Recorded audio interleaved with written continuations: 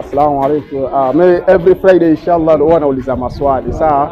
So leo nataka nifuate ustadhi, nimuulize swali, akipata inshallah mimi nitamzadi sawa. Assalamu alaikum. Yaani mzema. Nataka unitajie vitu vitatu ambavyo Mwenyezi Mungu hana na hawezi kuwa navyo. Kanipa nini? Nitakupatia zawadi inshallah. Njoo Saidi. Nitakupatia zawadi inshallah ukipata.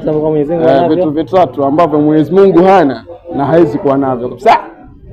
Mwenyezi Mungu halali. Ana usingizi. Data kwa sasa tunalala nao. Bwana na mimi kwanza. Hiyo sawa. Ndio bwana ya kwanza hiyo. Sawa. Kama sio pesa tuendelee kwanza, tuendelee. Cha kwanza. Cha pili, ambacho Mwenyezi Mungu sisi tunao. Lakini Mwenyezi Mungu hana. Mwenyezi Mungu hana mtoto.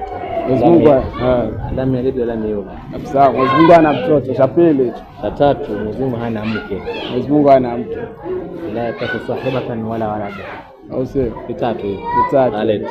Nimepata bwana. Mimi kama vipi inshallah nitamzadia saa. Lakini sitamzadia hapa inshallah. Nje kamera. Inshallah wewe angalia. Weka comments hapo. Nitajie vitu vitatu ambavyo Mwenyezi Mungu hana na hawezi kuwa navyo. Weka comments yako inshallah.